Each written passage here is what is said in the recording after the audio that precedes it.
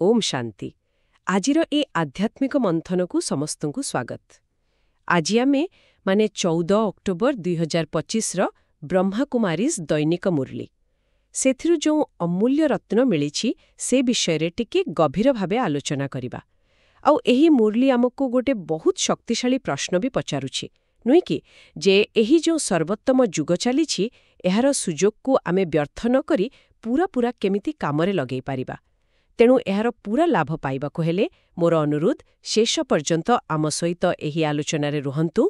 आउ हाँ, दैनिक मुरली एवं एमती आहुरी अनेक ज्ञानपूर्ण आलोचना पाई आम चैनल को सब्सक्राइब करबाकु जमा भूलिबेनी। चालंतु तेबे आजिर मुरलीर गभीरता भितरकु जिबा। आरंभरु ही कुहा जाइछि एटा खाली संगम जुग नुहे, एटा हेउछि सर्वोत्तम संगम जुग। एटा चारि जुग सत्यजुग, त्रेता, द्वापर, कलिजुग ए सबुठु केमिति अलगा आउ काहीकि एहाकु एते भल कुहा जाउछि। बहुत सुंदर प्रश्न। देखंतु एहाकु सर्वोत्तम बा सबुठु भल कहिबार मूल कारण हैला एही जो समय एठी स्वयं परम पिता परमात्मा माने निराकार ज्योतिबिंदु स्वरूप शिव बाबा से निजे आसंती। ओहो, स्वयं भगवान। हाँ, एही सृष्टि को परिवर्तन करिवा पाई अन्य कोनोसी जुगरे एमती हुए नाही।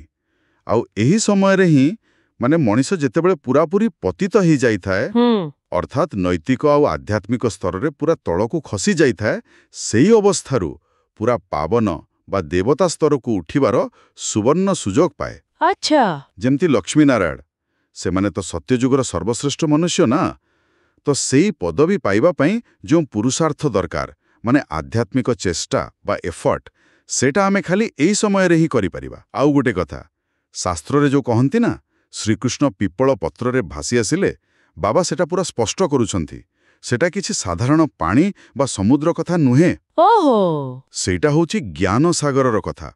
श्रीकृष्ण तो सत्यजुगर सृष्टिर प्रथम राजकुमार, से ज्ञान सागर परमात्मांक द्वारा रचा जाइथिबा नुआ दुनियार प्रथम फल परी। वाह। आउ महाविनाश बोली किछि हुएनी, कारण ए सृष्टि नाटक तो अविनाशी परिवर्तन हुए हेले पूरा विनाश नुहे।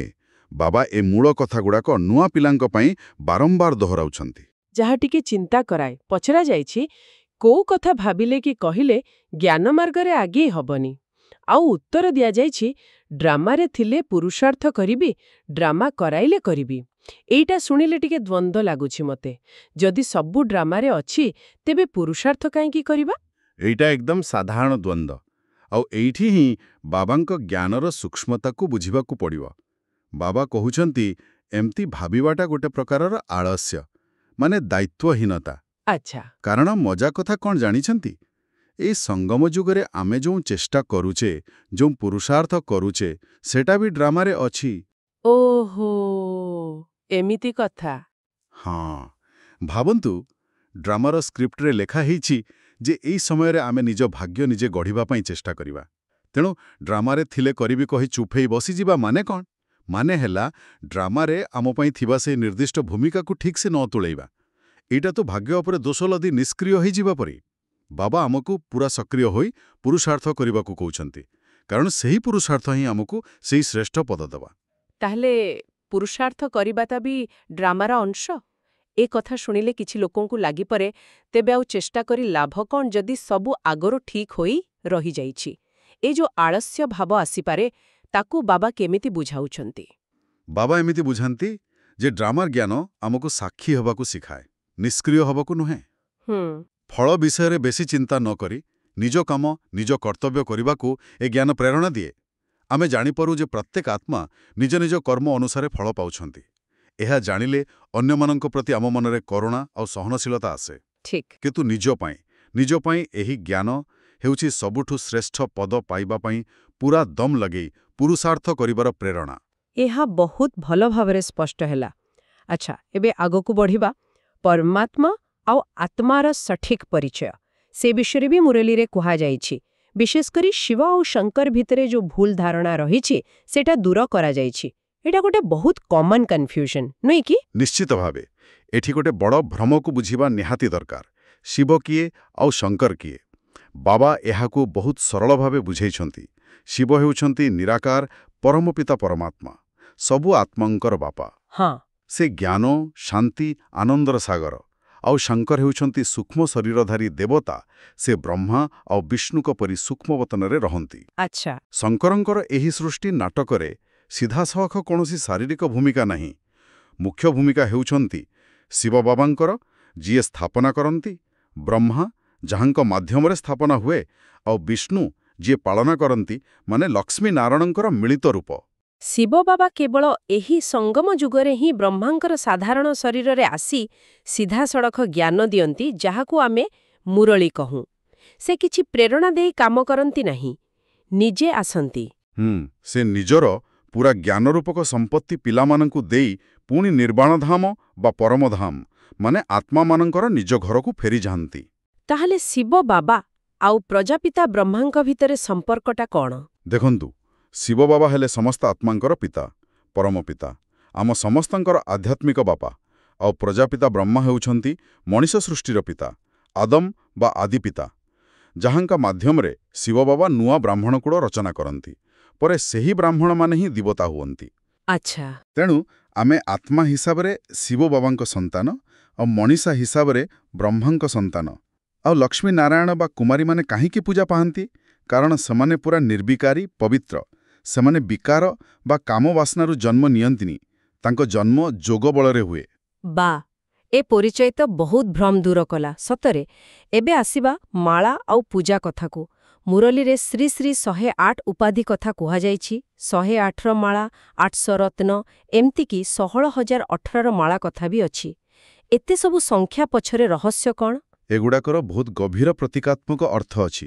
ଦେଖନ୍ତୁ, ଶ୍ରୀ ଶ୍ରୀ ମାନେ ସର୍ବଶ୍ରେଷ୍ଠ। ଏହି ଉପାଧି ପ୍ରକୃତରେ କେବଳ ପରମାତ୍ମା ଶିବ ବାବାଙ୍କ ପାଇଁ, କିନ୍ତୁ କଳିଯୁଗରେ ମଣିଷମାନେ ନିଜକୁ ବି ଏ ଉପାଧି ଦେଇଦେଲେଣି। ହଁ, ସେଇଟା ତ ଦେଖାଯାଏ।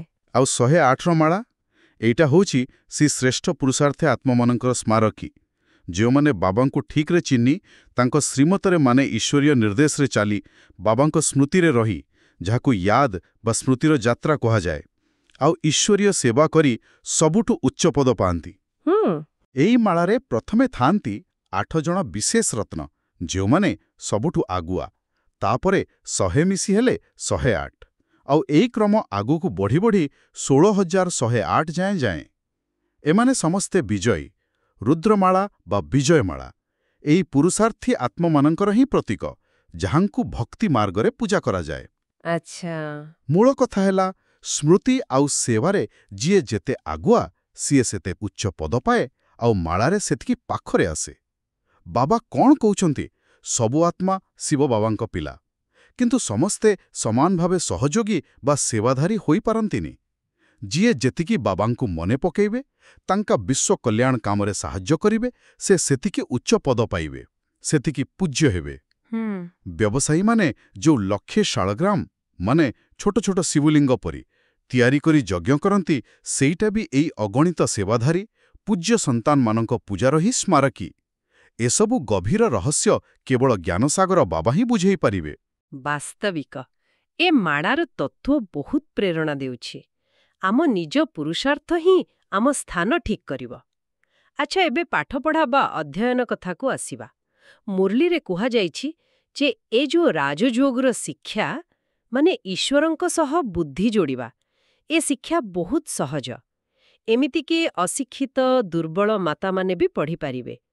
ଆଉ ଅହମ୍ମଦାବାଦର ସେଇ ସାଧୁଙ୍କ କଥା କୁହାଯାଇଛି, ଯିଏ କିଛି ଖାଉନଥିଲେ କି ପିଉନଥିଲେ, କିନ୍ତୁ ବାବା କହୁଛନ୍ତି ସେଥିରେ କିଛି ମିଳେନି। ଏକଦମ ଠିକ୍। ବାବା ପୁରା ସ୍ପଷ୍ଟ କରୁଛନ୍ତି, ବାହାରର ହଠଯୋଗ କିମ୍ବା ଶରୀରକୁ କଷ୍ଟ ଦେବା, ଯେମିତି ଉପାସ ରହିବା, କଣ୍ଟା ଉପରେ ଶୋଇବା, ଏସବୁ ଏଥିରେ ହୁଏତ କିଛି ସମୟ ପାଇଁ ସିଦ୍ଧି ମିଳିପାରେ କିମ୍ବା ଲୋକ ଦେଖାଣି ଚମତ୍କାର ଦେଖେଇ ହେବ, କିନ୍ତୁ 21 ଜନ୍ମର ସୁଖ କିମ୍ବା ସଦ୍ଗତି, ମାନେ ଆତ୍ମାର ଶ୍ରେଷ୍ଠ ଗତି, ସେସବୁ ମିଳେ ନାହିଁ। ବାବା ଯେଉଁ ରାଜଯୋଗ ଶିଖଉଛନ୍ତି, ସେଟା ବହୁତ ସହଜ। ଏଟା ମନ ଆଉ ବୁଦ୍ଧିର ଯୋଗ। ଏଥିପାଇଁ ଶରୀରକୁ କଷ୍ଟ ଦେବା ଜମା ଦରକାର ନାହିଁ। ଏଟା ଗୋଟେ ପାଠପଢ଼ା, ଯାହାର ମୂଳ ସାର ହେଉଛି ପରମପିତା ପରମାତ୍ମା ଶିବ ବାବାଙ୍କୁ ବହୁତ ସ୍ନେହରେ ମନେ ପକାଇବା। ଆଚ୍ଛା।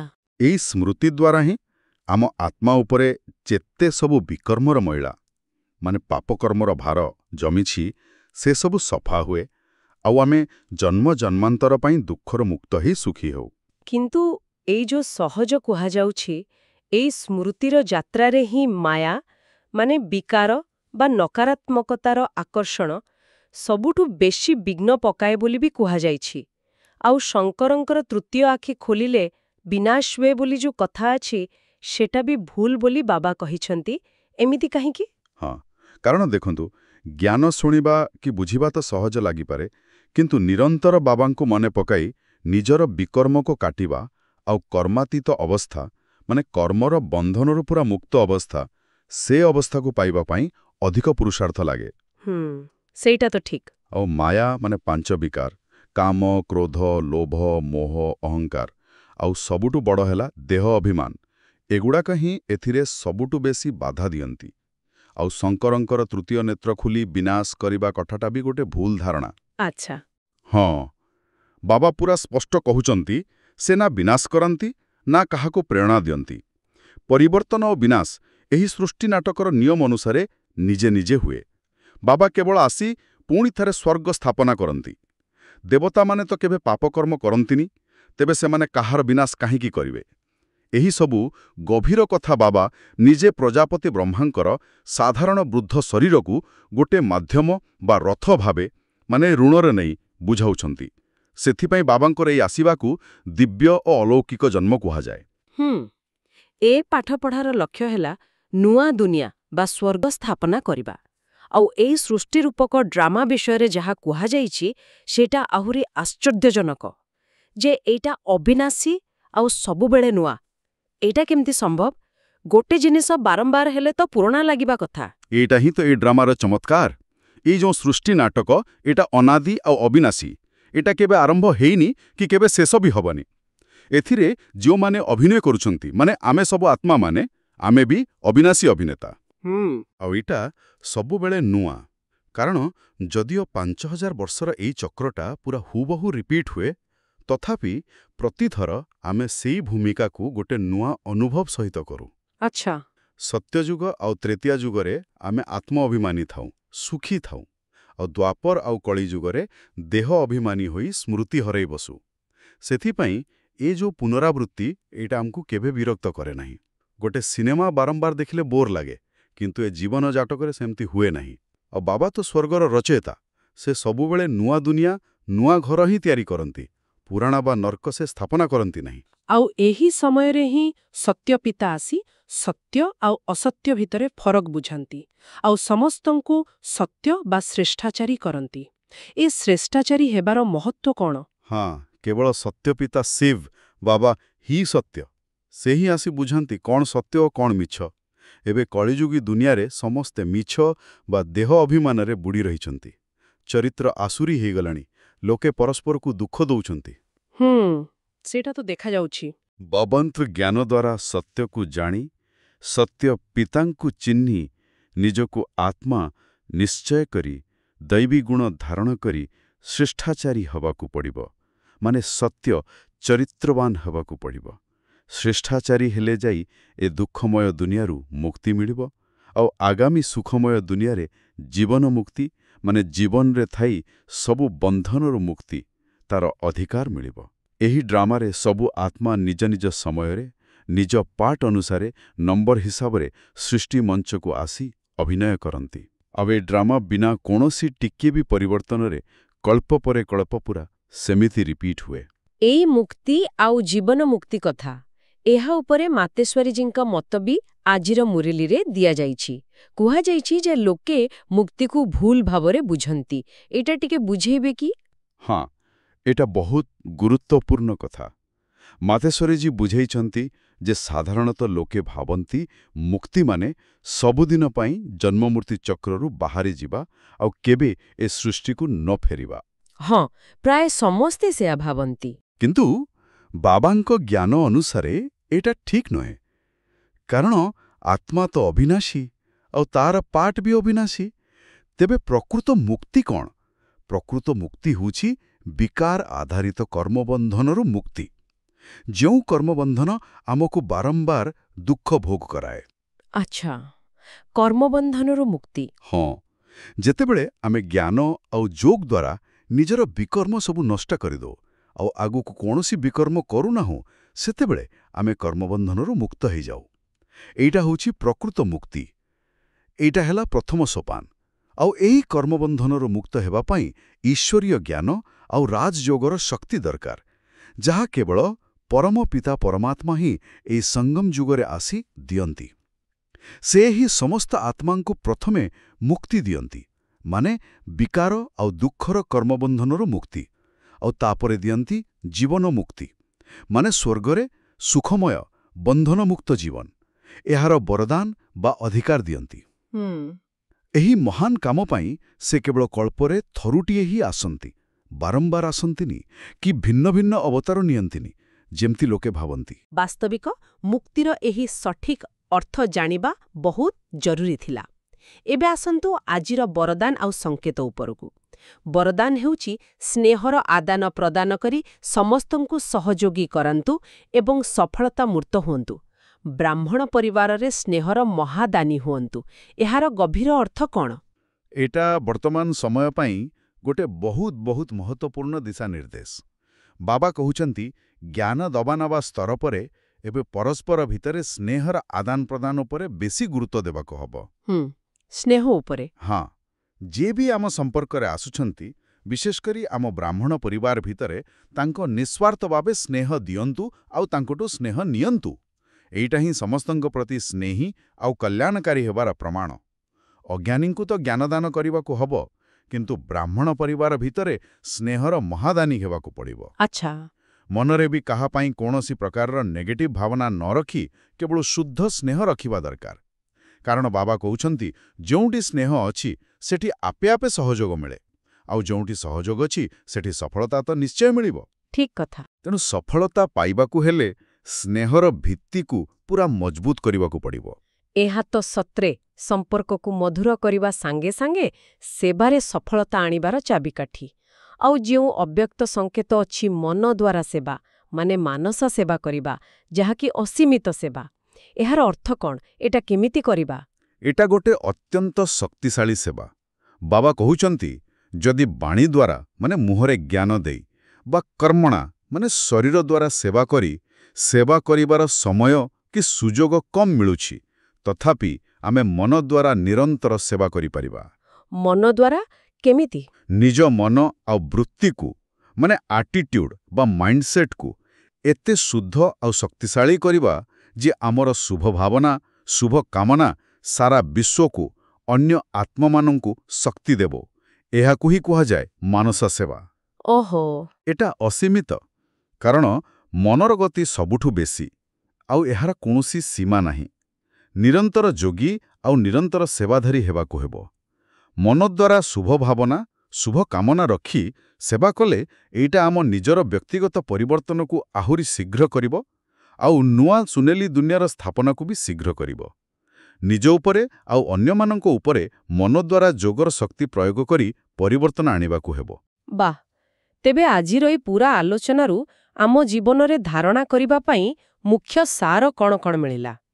ମୋତେ ଲାଗୁଛି ପ୍ରଥମ କଥା ହେଲା ପିତାଙ୍କ ସ୍ମୃତିର ଯାତ୍ରାରେ ରହି ନିଜର କର୍ମାତୀତ ଅବସ୍ଥା ପାଇବା ପାଇଁ ପୁରା ପୁରୁଷାର୍ଥ କରିବା। ଏ ପାଠପଢ଼ାର ମୂଳ ସାର ହିଁ ହେଉଛି ବାବାଙ୍କ ସ୍ମୃତି, ନା? ସେଥିରେ ହିଁ ପ୍ରକୃତ ଚେଷ୍ଟା। ଦ୍ୱିତୀୟତଃ, ସତ୍ୟ ପିତାଙ୍କଠୁ ମିଳିଥିବା ସତ୍ୟ ଜ୍ଞାନ ଦ୍ୱାରା ପୁରା ସତ୍ୟ ବା ଶ୍ରେଷ୍ଠାଚାରୀ ହୋଇ ବାବାଙ୍କର ଏ ଯେଉଁ ବିଶ୍ୱ ପରିବର୍ତ୍ତନ କାମ ଚାଲିଛି ସେଥିରେ ପୁରା ସହଯୋଗୀ ହେବା।